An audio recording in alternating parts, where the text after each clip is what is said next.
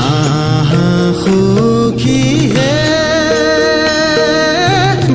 বৃন্দাবনে যাওঁ গোকুলৰে শ্ৰী কৃষ্ণ নয়ন ভৰি চাওঁ আহা সখী হে বৃন্দাবনে যাওঁ গোকুলৰে শ্ৰী কৃষ্ণ নয়ন ভৰি চাওঁ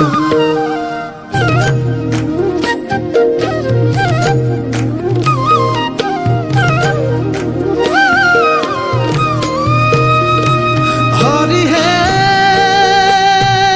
শৰৎ কালৰ ৰাত্ৰি